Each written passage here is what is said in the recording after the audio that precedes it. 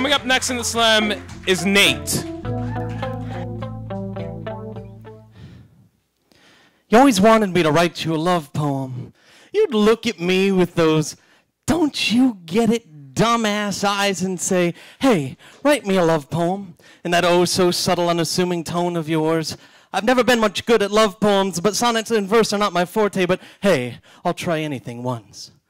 I love the way you belittle me, the way you whittle me away each lovesick day, the way you scrutinize, demoralize, and demonize all my thoughts on life. I love your free nature, like the way you spend my money freely, the way you flirt freely, the way you get drunk and vomit freely. I love those eyes, the way they gleamed and seemed to perforate and penetrate my soul and drill a hole deep inside of me, those Charles Manson / Squeaky Fromm meets Rasputin eyes. And I'd look at you and say, what are you looking at? You'd say in that creepy way, and I could see you secretly signing that suicide pact back between those lonely eyes, and I'd reply as kind as I could, well, stop it. You're freaking me out.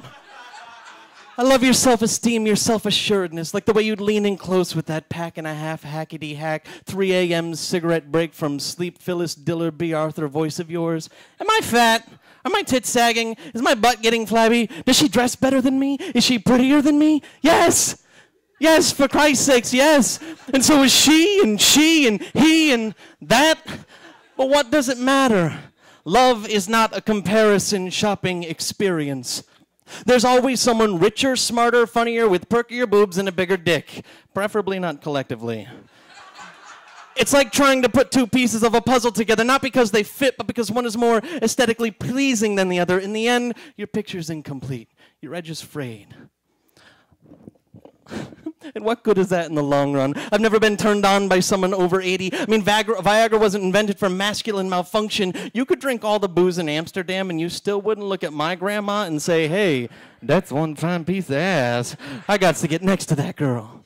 No. True love is being 80-something or other with a plastic hip and my belt up around my nipples, sucking down a handful of blue pills and playing doctor while you stand in your walker watching the Wheel of Fortune. Not because you're fly, but because I love you.